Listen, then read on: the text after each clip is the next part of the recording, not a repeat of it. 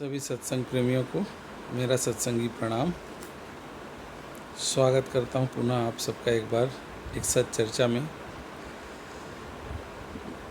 इस चर्चा आरंभ करने से पहले एक आग्रह करना चाहूँगा कि यदि आपको ये इस जानकारी जो भी संक्षेप में मैं दे रहा हूँ अभी इस समय फ़िलहाल, तो ऐसे ही अगर इसकी सूचना और आपको मिलती रहे, यदि आप ऐसा चाहते हैं तो ये मेरे चैनल यूट्यूब को आप सब्सक्राइब कर लें।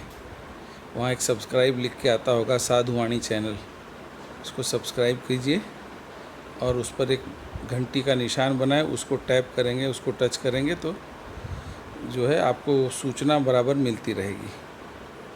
सब्सक्राइब करके वो घंटी का निशान भी दबा दें एक बार, तो आपको सूचना भी मिलती रहेगी। धन्यवाद।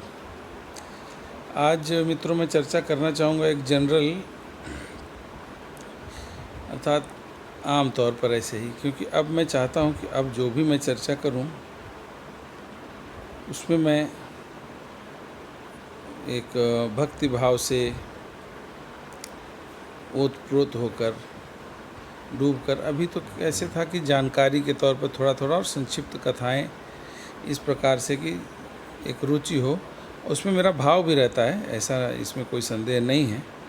लेकिन उसमें एक उद्देश्य ये भी रहता है कि थोड़ा अभी कुछ एक जिसे कहते हैं खाका जैसा बन जाए कि मैं किस ओर बढ़ रहा हूँ। पर मेरा प्रमुख उद्देश्य ये है कि मैं ही नहीं, समस्त मानव समाज ईश्वर की भक्ति की ओर प्रेरित हो, भक्ति भाव में डूबे, धर्माचरण करे और इस कलिकाल में भगवान के पावन नाम का सुमिरन करते हुए तर जाए। यही मेरा मनोभाव है। मैं इस सारे समाज को, मानव समाज को, प्राणी मात्र को, सब को जो है ईश्वर की भक्ति में लीन देखना चाहता हूँ। ऐसी मेरी अभिलाषा है, आकांक्षा है, या आप जो भी शब्द उचित समझें, सार्थक, वह दे सकते हैं। पर मेरा मनोभाव है, मनोगत मेरा ये है कि ईश्वर की भक्ति में आगे बढ़ने के लिए लोग सत्संग या सत्चर्चा के माध्यम से प्रेरित हों। मित्रों, धर्म है क्या?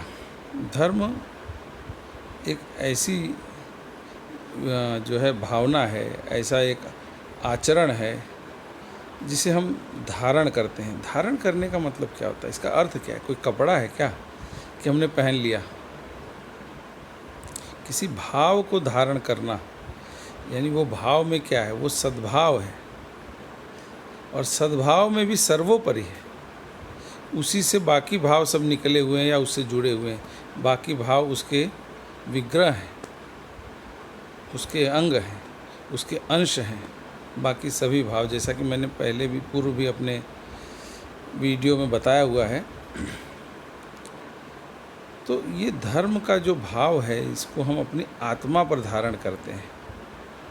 ये अब मैं अपना मनोभाव आप लोगों के समक्ष रख रहा हूँ, निवेदन कर रहा हूँ प्रभु की कृपा से, प्रभु को प्रणाम करते हुए कि आत्मा पर हम इस भाव को धारण करते हैं। और क्यों धारण करते हैं? आखिर भाई कोई चीज़, वस्त्र को पहनने का प्रमुख उद्देश्य रहा कि लज्जा निवारण। धर्म को धारण करने का भाव क्या हो सकता है? पहले तो एक सद्भाव है, उत्तम चीज़ है, उत्तम मार्ग पर हमें चलने के लिए प्रेरित कर रही है। दूसरा, पर इसमें सबसे महत्वपूर्ण बात, वो उत्तम मार्ग हमें ले कहाँ जा रहा है? वो उत्तम मार्ग हमें ले जा रहा है ईश्वर की ओर। ईश्वर की ओर अग्रसर कर रहा है हमें। धर्म हमें ईश्वर की ओर आगे बढ़ने की प्रेरणा देता है, जिसे कभी कभी हम ऐसे भी कह सकते हैं कि तमसो माँ ज्योतिर्गमय। तमसो माँ ज्योतिर्गमय क्या मतलब होता है? अर्थ है इसका कि भाई अंधेरे से, अंधकार से प्रकाश की ओर हम आगे बढ़ें। पर अंधकार से प्रकाश की ओर से क्या अभिप्राय है?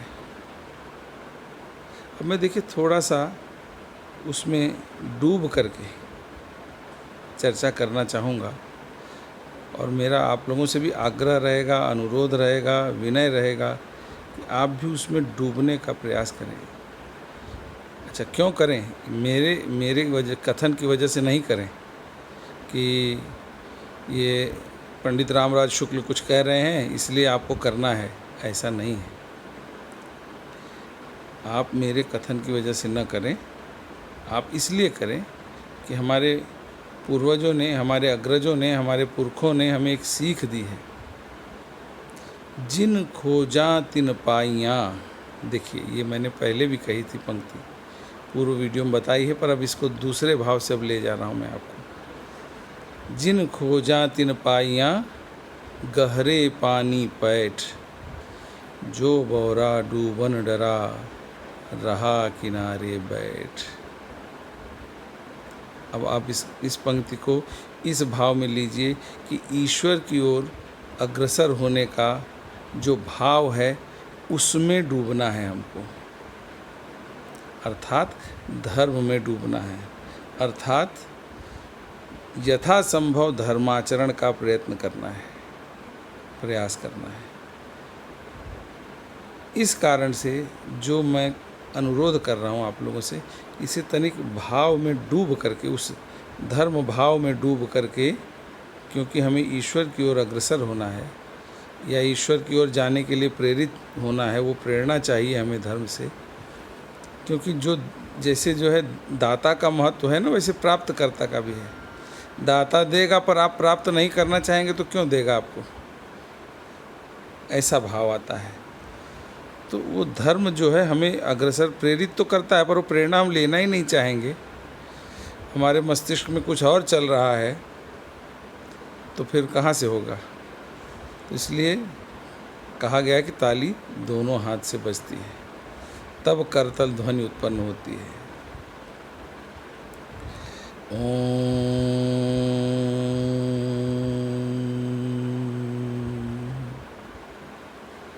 तो इसको डूब करके थोड़ा सा सुनने का प्रयत्न करें, समझने का प्रयत्न करें। डूबने का अभिप्राय ये होता है कि उसको आत्मसात या उसको समझने के लिए, अभी मोटा मोटी हम समझने पर ही टिके रहते हैं, उसके आगे की भी स्थितियां हैं, परिस्थितियां हैं, तो उसको जो है समझने का, मनन करने का, ध्यान करने का एक एक चरणबद्ध तरीके से हम प्रयास करें। तो जो मेरी अभिलाषा है वो यही है, प्रभु से प्रार्थना भी यही है, सर्वे भवन्ति सुखिनो, सर्वे सन्तु निरामया, सर्वे भद्राणि पश्यन्तु, मा कश्चित् दुःख भाग् भवेत्। समस्त विश्व का मंगल हो, समस्त प्राणियों का कल्याण हो, उनमें सद्भावना की प्रेरणा हो, इस प्रकार से समस्त प्राणियों का कल्याण हो, क्योंकि उनमें सद्भाव हो, उनमें सद्भाव का विकास हो, उनमें सद्भाव का प्रादुर्भाव हो, उनमें सद्भाव का विकास हो। प्रभु से यही प्रार्थना करते हुए आज की चर्चा का यहीं विराम देता हूँ। आज की चर्चा को धन्यवाद।